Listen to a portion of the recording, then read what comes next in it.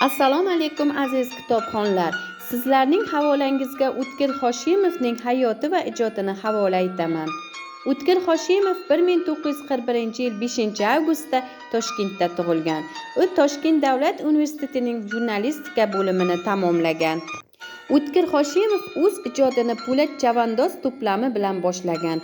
Birinchi yirik nashriy asari esa Cho'l havosi, Dunyoning ishlari, Ikki eshik orasi, Nur borki soya bor kabi mashhur qissalari va romanlari bilan tanilgan. Uning asarlari asosida filmlar suratga olingan. Adabiyotga qo'shgan hissasi uchun bir qator davlat mukofotlari bilan taqdirlangan. O'tkir Hoshimov O'zbekiston xalq yozuvchisi unvoni bilan taqdirlangan.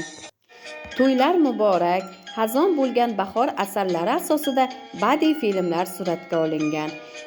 O'tkir Hoshimov 2013-yil 24-mayda vafot etgan.